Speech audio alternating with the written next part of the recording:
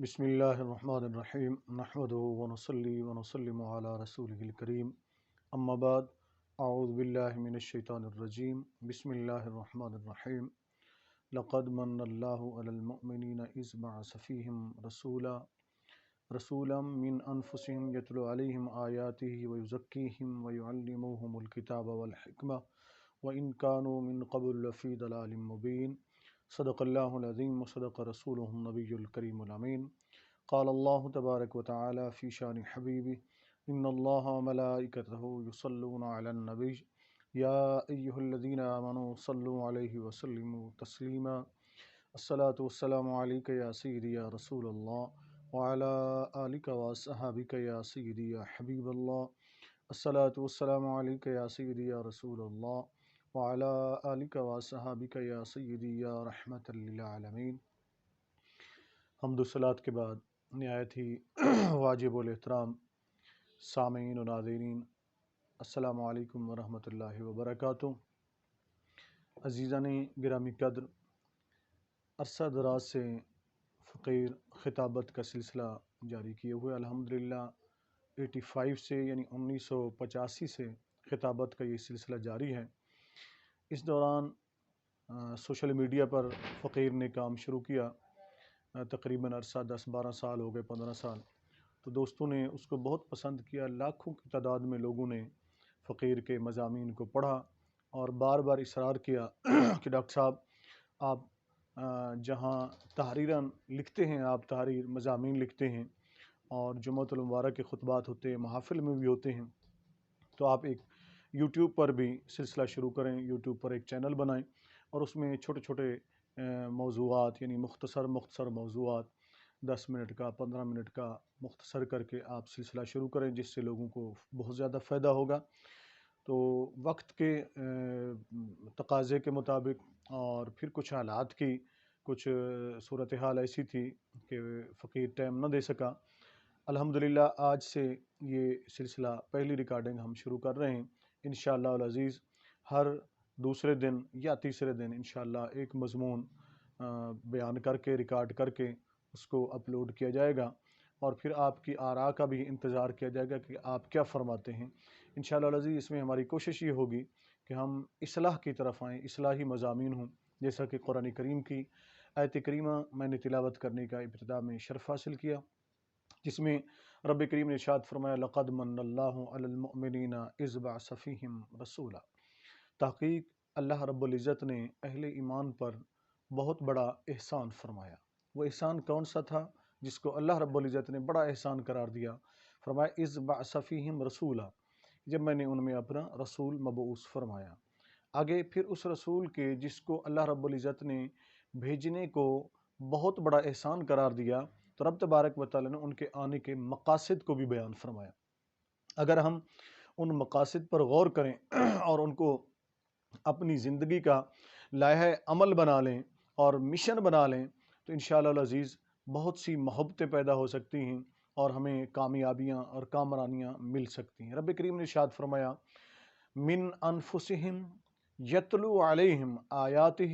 ویزکیہم ویعلموہم الکتاب والحکمہ۔ یہاں یاد رکھیں رب تبارک و تعالیٰ نے ارشاد فرمایا کہ وہ رسول جس کو احسان قرار دیا ہے اللہ رب العزت، فرمایا میں نے ان کو اس لیے بھیجا ہے کہ وہ اللہ کی آیات کو تلاوت کرتے ہیں۔ یتلو علیہم آیاتہ یعنی اس کی آیات کو، اللہ کی آیات کو تلاوت کرتے ہیں، ویزکیہم اور لوگوں کا تزکیہ کرتے ہیں، ویعلموہم الکتاب والحکمہ اور اللہ کی کتاب کی تعلیم دیتے ہیں اور حکمت کی تعلیم دیتے ہیں۔ اب ان پر آپ دیکھیں، پہلی چیز بڑی اہم ہے جس کا اللہ رب العزت نے مقصد بیان فرمایا نبی کریم صلی اللہ علیہ وسلم کی آمد کا۔ وہ مقصد کیا ہے؟ فرمایا یتلو علیہم آیاتہ، وہ قرآن کی آیات کو تلاوت کرتے ہیں، قرآن کی آیات کو بیان کرتے ہیں لوگوں کے سامنے۔ آج ہمارے گھروں سے قرآن کی وہ تلاوت، قرآنی آیات کا وہ سمجھنا اور اپنے بچوں کو سمجھانا، گھر والوں کو سمجھانا، وہ سلسلہ ختم ہو گیا، اس کی جگہ کچھ اور آ گیا۔ اس طریقے سے آگے دیکھیں، پھر تزکیہ کی بات آ جاتی ہے، پھر تعلیم کتاب کی بات آ جاتی ہے، پھر حکمت کی بات آ جاتی ہے۔ اگر ہم اس کو اپنا لیں تو اللہ رب العزت ہمیں عزتیں عطا فرمائے گا۔ عزت کا جو صحیح راستہ ہے لوگوں نے اس کے کے لیے مختلف زاویہ نظر بنائے ہوئے ہیں کہ عزت دولت میں ملے گی، عزت شہرت میں ملے گی، عزت زیادہ فنکاری میں ملے گی، عزت بڑی لچھے دار گفتگو کرنے میں ملے گی، عزت ناچنے گانے میں ملے گی. لیکن نہیں، عزت اس چیز میں نہیں ہے. عزت کس چیز میں ہے؟ عزت ہے وہ رسول عربی صلی اللہ علیہ وآلہ وسلم جنہیں اللہ رب العزت نے مبعوث فرمایا اور اپنا سب سے بڑا احسان قرار دیا. جب ہم اس رسول عربی صلی اللہ علیہ وآلہ وسلم کی اطاعت کریں گے، پیروی کریں گے، ان کی سیرت کو اپنائیں گے، تو رب تبارک و تعالی ہمیں عزت عطا فرمائے گا، ہمیں شرف عطا فرمائے گا، ہمیں بزرگی عطا فرمائے گا، ہمیں تکریم عطا فرمائے گا. اور رب کریم نے قرآن کریم میں ارشاد فرمایا لَقَدْ كَانَ لَكُمْ فِي رَسُولِ اللَّهِ أُسْوَةٌ حَسَنَةٌ،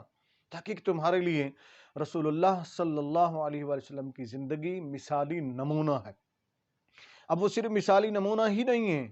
بلکہ جو بھی ان کی زندگی کو اپنا لیتا ہے، یعنی نبی کریم صلی اللہ علیہ وسلم کے اسوہ حسنہ کو اپنا لیتا ہے، تو اللہ رب العزت اس انسان کو بھی بے مثال بنا دیتا ہے. اللہ رب العزت اس انسان کو کامیابیاں عطا فرما دیتا ہے. اللہ رب العزت اس انسان کو کامرانیاں عطا فرما دیتا ہے. اگر آپ قرآن کریم پر غور کریں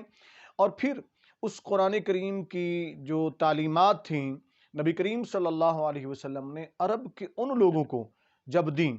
جو لوگ چرواہے کہلاتے تھے،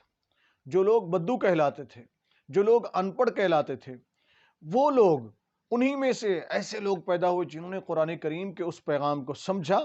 نبی کریم صلی اللہ علیہ وسلم کی زندگی کو عملی طور پر دیکھا تو اس کو اپنایا. انہوں نے جب اپنایا تو آپ جانتے ہیں کوئی تاجدار صداقت بن گیا یعنی صدیق اکبر رضی اللہ تعالی عنہ، اور کوئی تاجدار عدالت بن گیا یعنی فاروق اعظم رضی اللہ تعالی عنہ،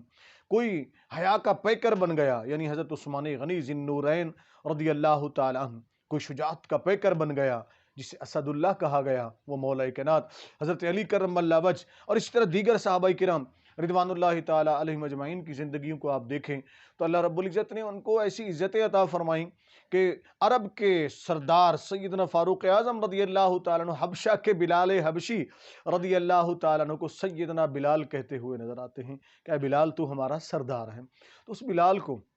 جو غلام تھے، جو حبشی تھے، جو رنگ کے کالے تھے، انہیں عزت کس وجہ سے ملی؟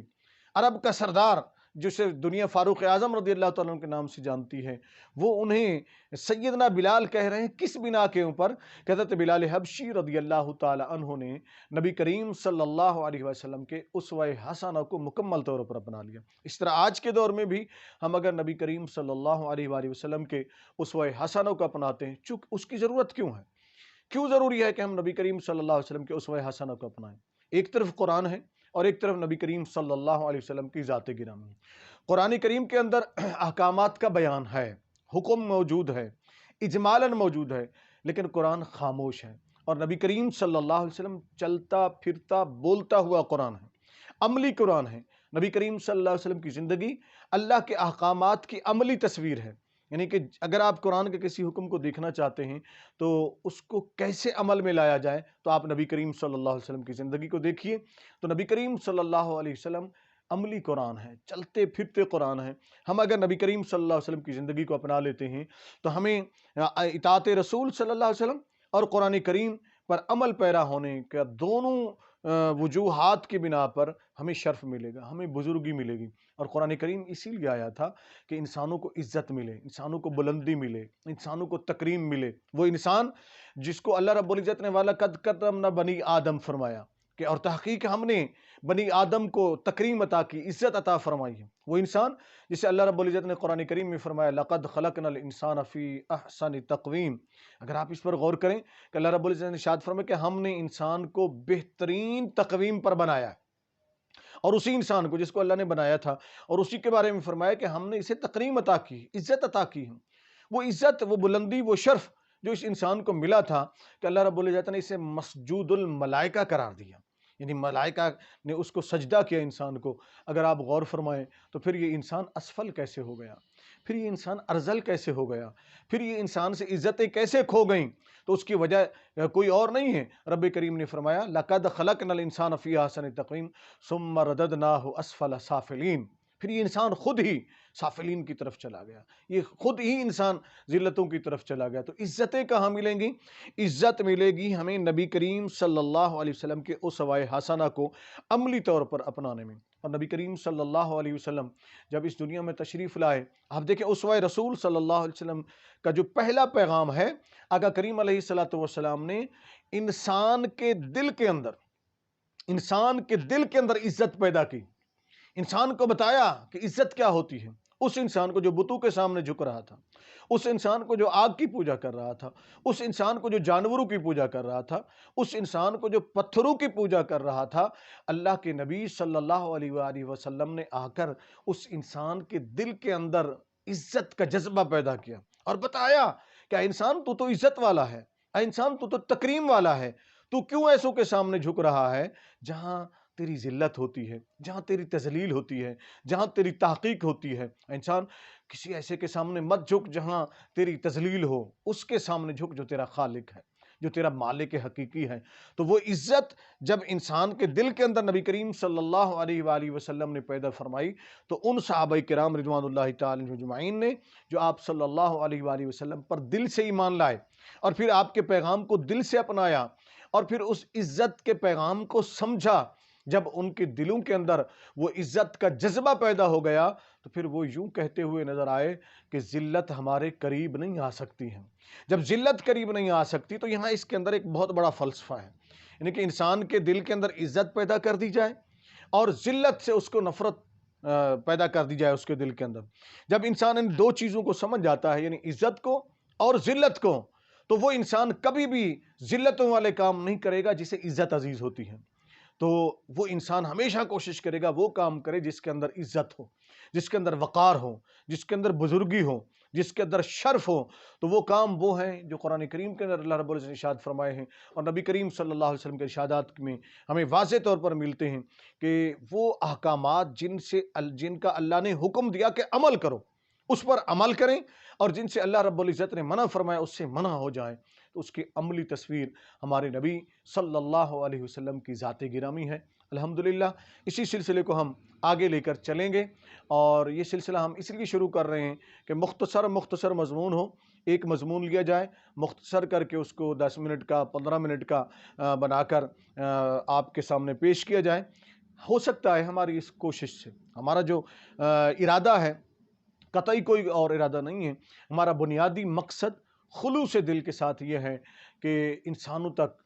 خاص کر مسلمانوں تک اور عام انسانیت تک یہ پیغام پہنچایا جائے کہ اسلام ہے کیا چیز، قرآن کیا ہے، نبی کریم صلی اللہ علیہ وسلم کی ذات گرامی کیا ہے، انہوں نے آ کر کیسے انقلاب پیدا کیا ہے، انہوں نے آ کر لوگوں کو کیسے عزتیں دی ہیں، کیسے سمجھایا کہ عزت کیا چیز ہوتی ہے، کیسے سمجھایا کہ انسان کیا چیز ہوتی ہے۔ ہم اس پیغام کو آگے پہنچائیں، اور اس کے پس پردہ کوئی اور عوامل نہیں ہیں، صرف اور صرف ایک ہی مقصد ہے، انسانیت کی خدمت، انسانیت کی فلاح۔ ہم دعا گو ہیں، اللہ رب العزت کی بارگاہ میں ملتجی ہیں، التجا کرتے ہیں کہ اے مالک مولا ہمیں اس سلسلے میں کامیابی عطا فرمانا، اور جو ہمارے ناظرین ہیں، ہمارے سامعین ہیں، میرے مالک مولا ان کے قلوب و اذہان کے اندر انقلاب پیدا فرما دینا، ان کے قلوب و اذہان کے اندر نبی کریم صلی اللہ علیہ وسلم کی سچی اور پکی محبت پیدا فرما دینا۔ اے مالک کائنات تیری بارگاہ میں التجا ہے کہ ہمیں عزتوں کا وہ جذبہ عطا فرما دے جو نبی کریم صلی اللہ علیہ وآلہ وسلم نے صحابہ کرام رضوان اللہ تعالی علیہم اجمعین کے دلوں میں پیدا کیا،